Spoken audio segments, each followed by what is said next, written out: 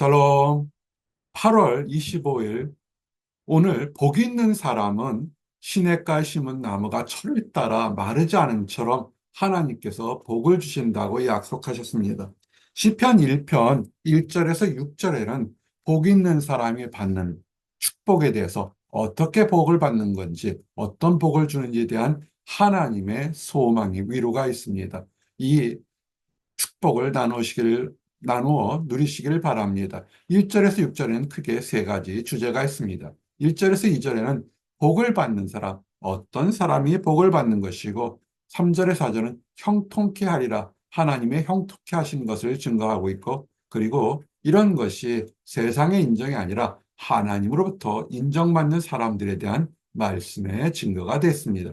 첫 번째, 복 받는 사람, 복을 받기를 원합니다. 축복받기를 원합니다. 세상에도 많은 복이 있죠. 그런데 이 복을 받는 것은 하나님의 말씀에 따라서 하나님의 계명대로 살아가는 사람이 복이 있다. 성경은 얘기하고 있습니다.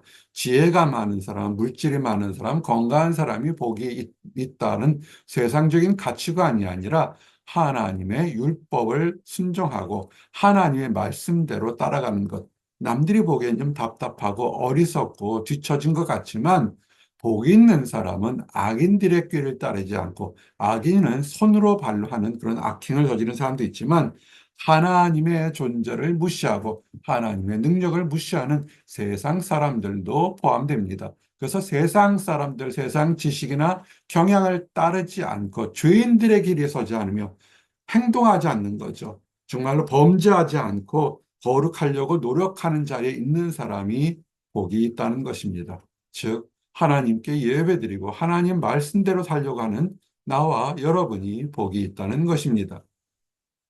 그런데 복 있게 살려고 하나님의 율법을 살려고 그러면 악한 것들은 어차피 심판받고 넘어지기 때문에 올무, 함정을 놓게 됩니다.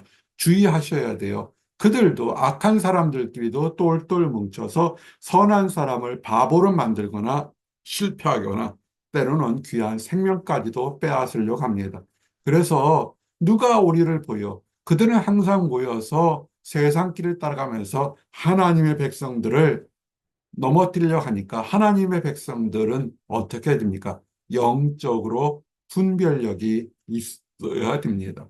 지금 내게 다가오는 것이 이것이 유혹인지 아니면 시험인지 도전인지를 잘 분별하는 영적인 분별력이 있어야 됩니다. 새벽에 일어나서 이 말씀 놓고 기도하다가 자식들에게 불을 물려주려는 많은 부모들의 노력이 있습니다. 그것도 중요한데 두 가지를 알려주면 더 좋겠습니다. 때를 아는 지식과 그다음에 세상을 분별하는 능력이 있다면 그것처럼 하나님 안에서 축복받는 것도 없다고 생각합니다. 그리고 이 올무에 넘어가지 않으려면 하나님의 법도를 떠나지 않게 됩니다. 어떤 사람들은 이렇게 합니다. 빨간 신호등, 파란 신호등을 만나서 사고가 난다. 그래서 신호등을 맞는 것이 나쁘다. 이렇게 얘기를 합니다. 아마 그런 사람들은 신호를 무시하고 달려가다가 교통사고를 낸 것 같습니다. 그래서 신호등을 만드는 것과 신호등이 왜 있는지를 불평하는 것입니다. 사실은 빨간불, 파란, 초록불에 신호등을 만든 것은 모든 사람이 그 법칙을 준수하는 사람들이 번화한 사거리에서 서로 다치지 않고 안전하게 질서 있게 가려고 만든 거죠. 하나님께서 법도를 만들고 율법을 준 것은 사람들을 종교의 굴레에 억압하려는 것이 아니라 사람들을 영혼육을 안전하게 지키려고 하는 것입니다. 그런데 악한 것들은 이 법을 떠나도록 계속 유혹하죠. 한 번쯤이야, 아무도 보지 않아, 그것쯤이야, 이렇게 유혹하고 타락시킵니다. 그러면 넘어지게 돼 있습니다. 올무에 넘어져서 심각한 일을 당하게 됩니다. 그러므로 우리가 축복을 받기 위해서는 말씀을 쓰고 읽고 묵상하십시오. 무슨 큰일을 하기 전에 성경 말씀을 먼저 읽고 하나님께서 오늘 무슨 말씀을 주시는지, 예수님이라면 어떻게 하셨을까지 말씀을 묵상하시게 되면 아하, 저것은 올무구나 생각합니다. 새들도 사람이 올무를 놓는 것, 함정을 놓는 것 보면 거기에 빠져들지 않습니다. 그런데 사람들은 분명히 함정인데도 너무 보기에 화려하고 먹음직하고 보암직하고 갖기에 유익할 것 같은 착각 속에 그 올무에 빠져듭니다. 그러기 위해서 올무에 빠져들이지 않기 위해서는 하나님의 법도를 명심하고 묵상하셔야 됩니다. 즐거워하셔야 되죠. 억지로, 뭐든지 억지로 하는 것은 큰 의미가 없습니다. 오직 여호와의 율법을 즐거워하여 어떤 성공하는 직장인들이 있습니다. 식당을 하든 작은 일을 하는데도 아주 즐겁게 합니다. 남이 내가 하는 것이 비록 보잘것없다 할지라도 누군가엔 유익하고 나도 이 일을 즐겁게 한다는 사람들은 그 일 처리가 다른 것을 이렇게 드라마를 보아서 또는 다큐멘터리를 통해서 알게 됩니다. 우리가 하나님을 섬길 때 억지로 하나님 앞에 종교적인 율법으로 섬기게 되면 거기에는 기쁨이 없고 힘이 없습니다.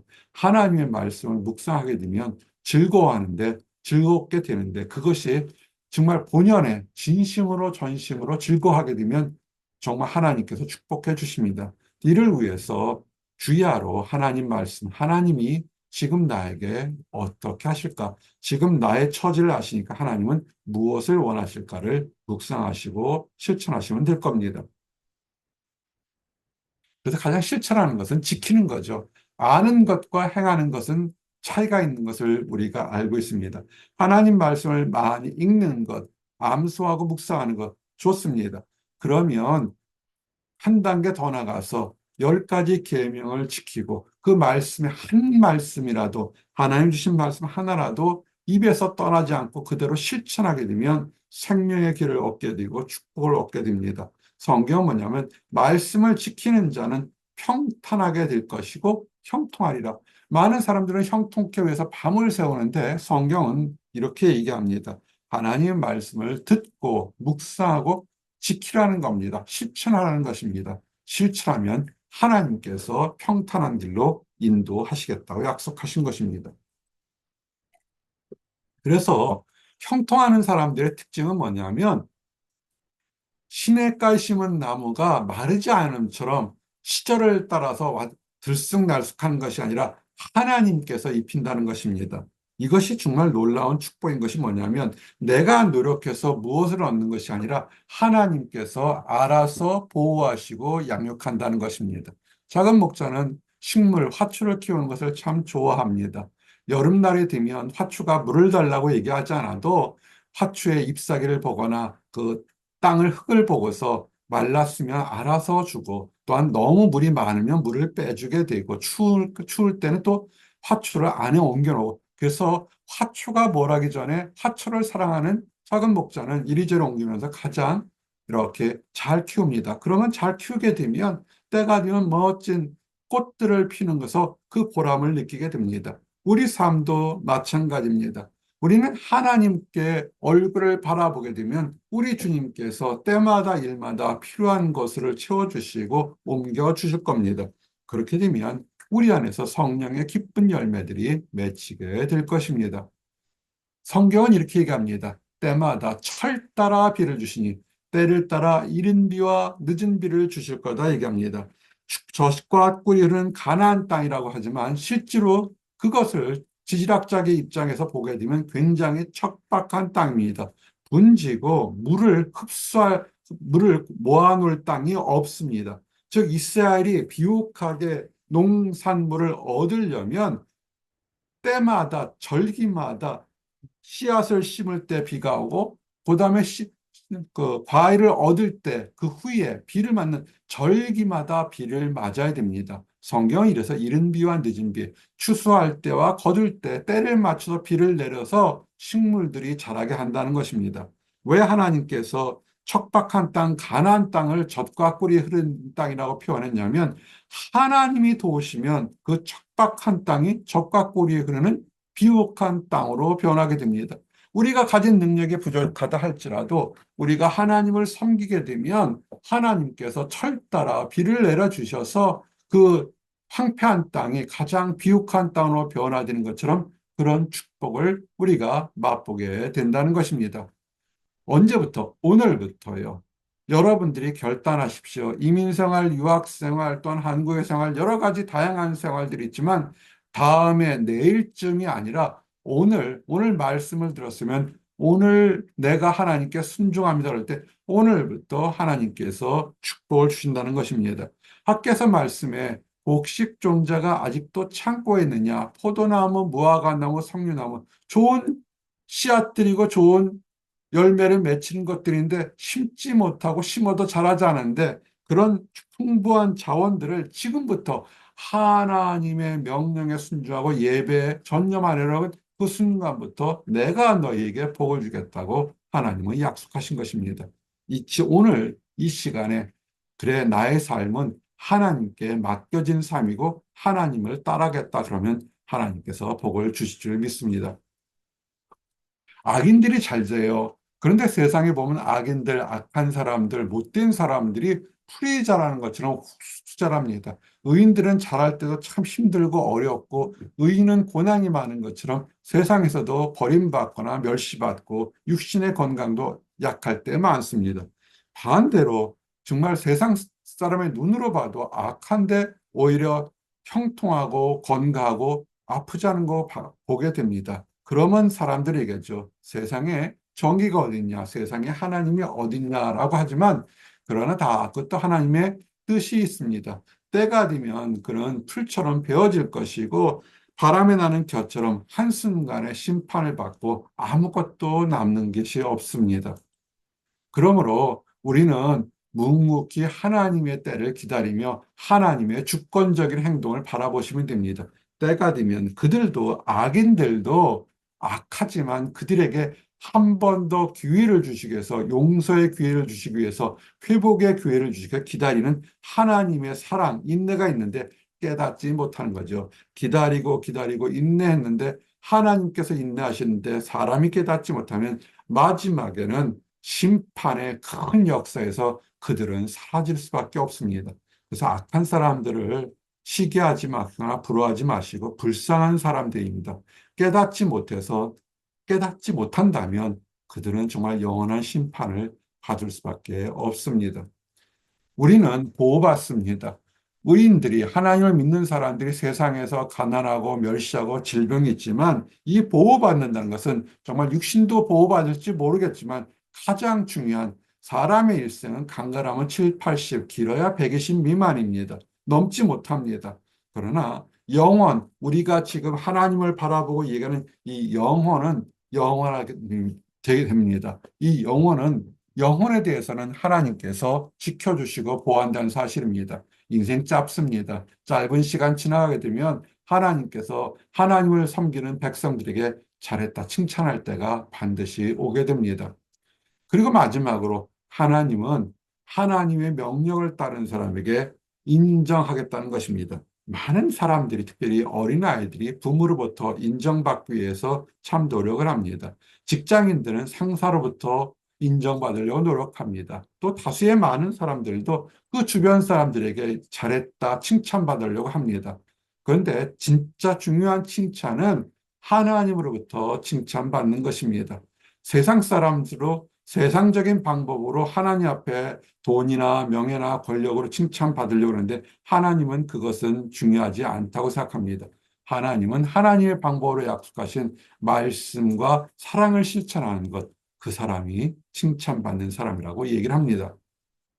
왜 악인들이 심판을 받냐면 하나님은 특별 계시와 일반 계시를 통해서 세상, 일상의 삶 속에서도 하나님의 살아계심을 이렇게 보여주셨습니다.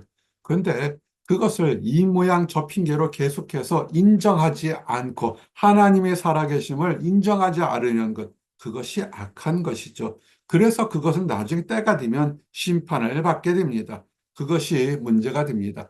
악인은 자기가 손으로 행한 일에 스스로 곁다. 가장 크게 행한 것이 뭘까요? 하나님은 없다. 계셔도 하나님은 나를 심판하지 못한다. 하나님이 계셔도 나하고는 상관이 없다. 그러나 그 사람도 죽게 되고 그 사람도 마지막 삶 속에서는 하나님의 심판을 받게 된다는 가장 무서운 형벌을 받게 됩니다. 그래서 사람들이 죽으려고 할 때 그렇게 고통스럽게 단발마 비명을 것은 육신이 죽으니까 영혼이 깨어나죠. 영혼이 깨어나다 보니까 심판이 있다는 걸 알고 이 세상을 떠나기 싫어서 그렇게 비명을 지르고 있는 것입니다. 그렇지만 의인들은 이 땅 살아서 비록 가난하고 나사로처럼 병들고 천대받았다 할지라도 영원히 살아있을 때부터 영원히 살아있어서 살아계신 하나님을 바라보고 인정하고 찬양했을 때 그 사람들은 망하지 않고 오히려 칭찬과 인정을 받는다는 것입니다. 우리가 예배를 드리는 것은 이 땅에 우리에게 좀 더 한 숟가락에 먹을 것을 채우는 것이 아니라 우리의 영혼을 주장하시고 우리 인생을 주장하는 하나님을 바라보고 예배하기 때문에 그렇습니다. 그러므로 이제 나와 여러분은 하나님께 맡기시기 바랍니다. 내 짐을 여호와께 맡기라. 그가 너를 붙드시고 의인의 요동함을 영원히 허락하지 아니하시리라. 이 맡긴다는 뜻은 좋은 것만 하나님께 맡기는 것을 얘기하는 것이 아닙니다. 부끄럽고 힘들고 약한 것들 있는 모습 그대로 주님께 하나님 제가 이런 것이 부족합니다. 하나님 또 이와 같은 실수를 했습니다. 회개합니다. 용서해 주십시오. 모든 것, 잘한 것뿐만 아니라 약하고 연한 것을 하나님께 맡기면 하나님께서 붙드시고 새롭게 하시고 고쳐주셔서 축복 가운데 나아가게 되는 것입니다. 이제 말씀을 정리합니다. 복 있는 사람은 하나님의 말씀대로 실천하고 하나님의 계명을 즐거워하는 사람들입니다. 이런 사람들은 세상 따라서 일희일비하지 않고 흥망성쇠와 상관없이 하나님께서 시냇가에 심은 나무처럼 그의 영혼이 그의 삶이 윤택하고 형통하게 합니다. 그리고 하나님을 믿고 따르는 그 모습이 하나님은 잘했다 칭찬하십니다. 이 칭찬을 받는 나와 여러분들이 되시기를 원합니다. 기도하시겠습니다. 하나님 감사합니다. 하나님을 사랑하고 하나님의 율법을 청중하고 순종하는 사람은 시냇가에 심은 나무가 마르지 않고 절기에 따라서 때에 따라서 열매를 맺는 것처럼 하나님께서 인도하시고 보호해 주시겠다는 축복이 너무나 감사합니다. 우리가 무엇을 한 것이 아니라 하나님께서 우리를 위해서 사랑하시고 베푸시고 보호하신 것으로 인하여 감사합니다. 그런데 아직도 하나님을 알지 못해서 무엇을 해야만 하나님께서 기뻐하시고 하나님은 계시지만 나와는 상관없다 생각하는 안타까운 사람들이 있습니다. 아버지 그 답답한 마음까지도 인내하시고 기다리신 줄 압니다. 그들의 마음속에 복음이 들어가서 하나님의 진정한 사랑을 깨닫고 회개하고 축복의 대열로 돌아오도록 허락하여 주시옵소서. 늘 감사드립니다. 예수 그리스도 이름 받들어 기도드렸습니다. 아멘.